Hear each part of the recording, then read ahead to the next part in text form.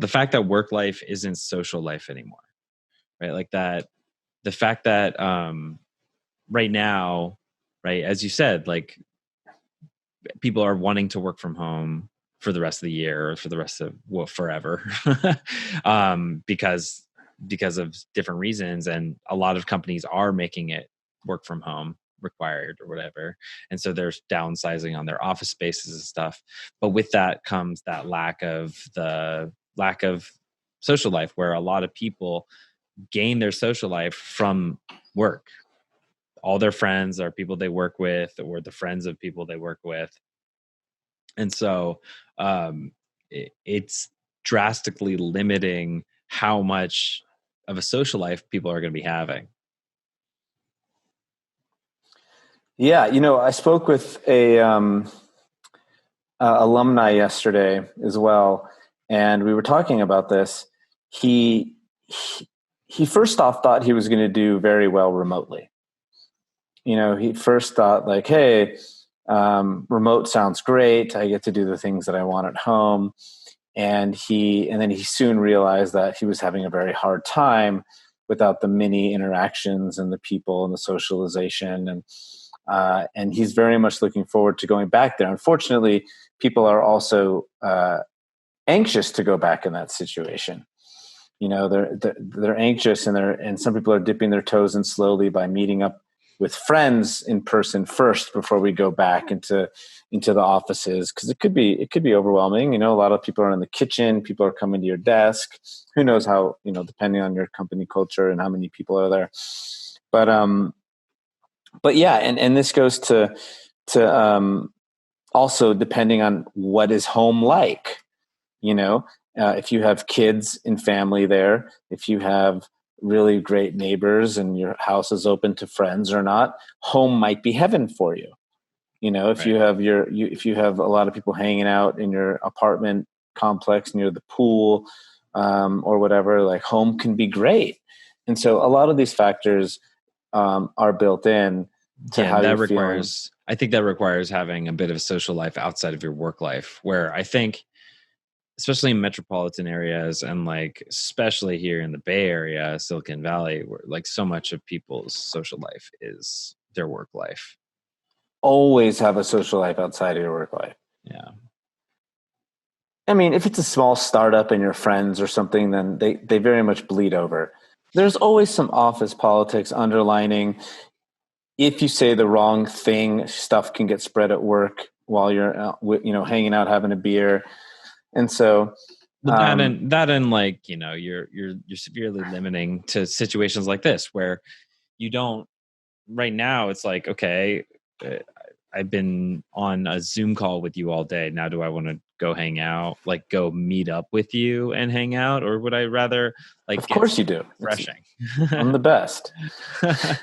You want to come to Tahoe and go hiking with me right now? Yeah, I mean, that would be dope, but that's not what I meant. Yeah, so I know. You're right. Does it take place of that? No, not at all. And people are screened out and zoomed out. But I think what you bring up is interesting, because work relationships are very much picked for you. I mean, unless you're the hiring person, you're only hiring, cool friends, right? It's very much a relationship of convenience, right? And so if you go somewhere that was laid out for you, and these are the people you're forced to work with, so you do become friends with them eventually, hopefully, if you're somewhat socially integrated in the world. But it could be, but it's probably not going to be as powerful as you knowing and picking the person that you want in the real world, right? Picking someone. Of course, you're going to get mentors and great colleagues at work and friends. But if you go out being like, I really want that 100% social freedom and same sense of humor and just someone who loves and cares about me, because you never know. At work, there's going to be some, I don't want to say manipulation, but there's some underlying intentions, right? Maybe that person will help you get a promotion, right? Or whatever it might be. And so if you want to be able to pick someone who makes your life better, I don't want to say unconditionally, but because you have a two-way street with each other that goes beyond a profession. Right. It opens up the realm of support in other ways. It becomes more of a neighborly feeling rather than a underlying. Yeah, we work together. But yeah, some friends at work can be really great, especially if you leave the company and go separate ways. I'm sure relationships change, right? Oh, now that we don't work together anymore. Right. And then there's some ugly times where you thought someone was your friend at work and you leave work and you found out that, that you're not friends anymore because you lost that commonality. I've heard a lot of stories like that too. And so, and like I think those work relationships are just easier to maintain because of convenience, right? Like, oh, we're all together, so let's go to the happy hour together. The happy hour bleeds into the evening, and it becomes more, it's just something that you do because of convenience.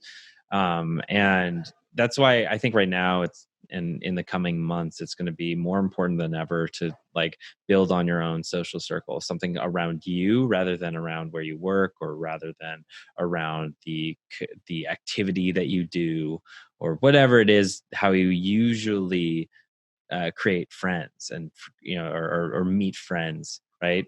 Is it a club that you're in? Is it some sort of sport you play? Is it a place that you go?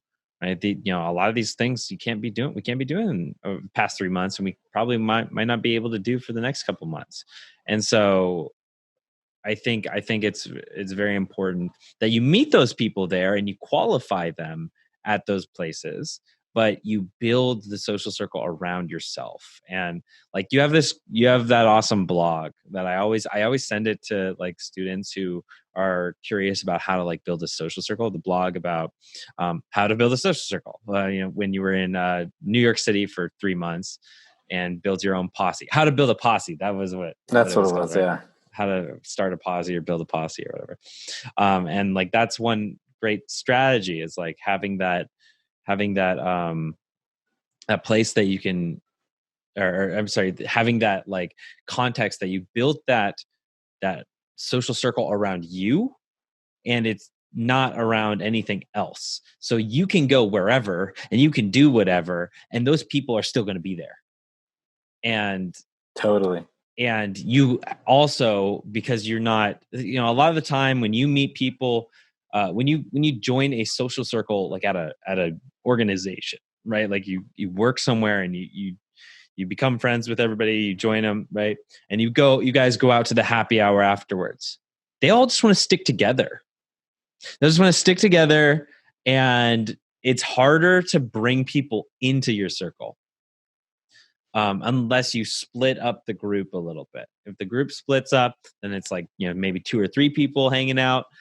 You can bring in your outside friends and it's a lot easier. But if it's like a group of 10 people hanging out, there's a lot of the time there is like that incongruence, that going against the grain of like bringing people from outside their culture. And then the conversations, if they're not jaunty, if they're not like socially intelligent people, they don't take the conversation outside of the context of their work, which a lot of people don't, right? And so it's just harder for anybody on the outside to like get an insight of what you guys are like, or even to integrate into that circle, because you don't have that commonality that we talked about.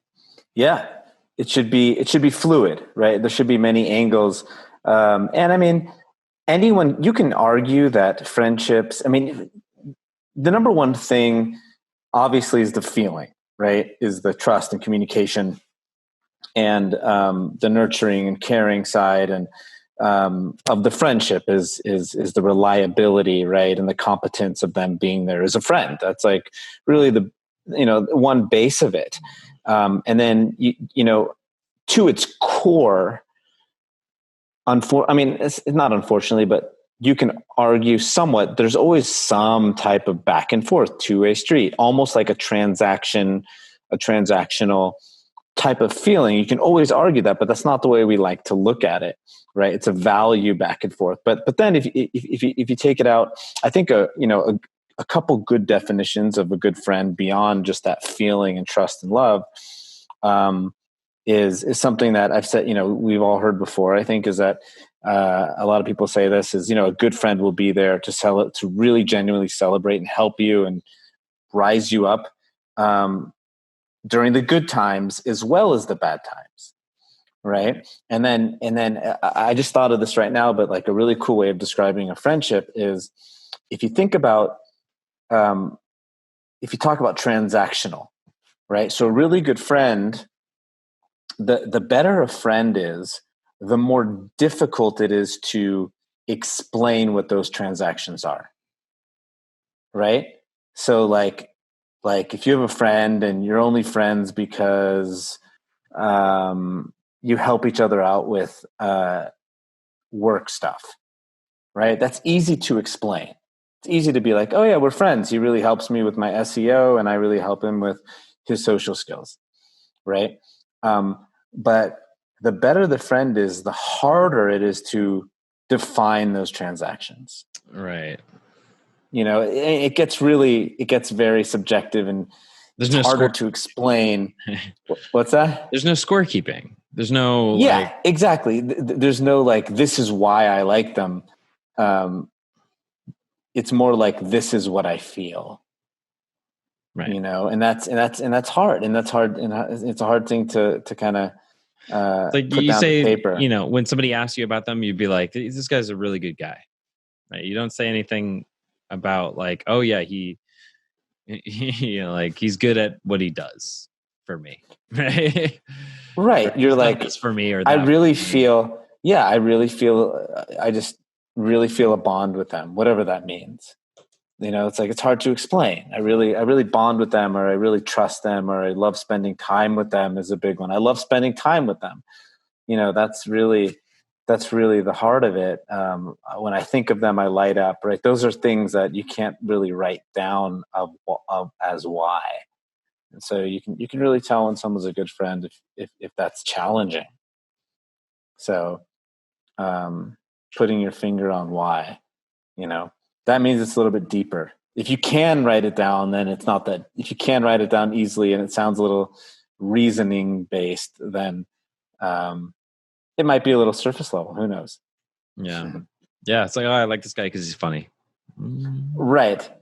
He makes me laugh. I mean, yeah, he makes me laugh. But if that's a big overarching part of they make me feel good overall, then that's good. But if you only like them because they entertain you, that's not a good friend, right? Also, how much you want to give back to them, right? I don't know. It's like that feeling of gratitude, right? Like I'm really grateful to have Craig as a friend. Like I'm really grateful. And it's hard, that's all I can say about that. It's not like I'm grateful. I can be like, wow, he's just very loyal and very, caring and very nurturing, and he's always there for me, and he makes me laugh, but that's not like the one reason. There's a lot under that, Yeah. And I think trust is a really big one, especially with me and you. Totally. And I love that. I love you, man. Love you too.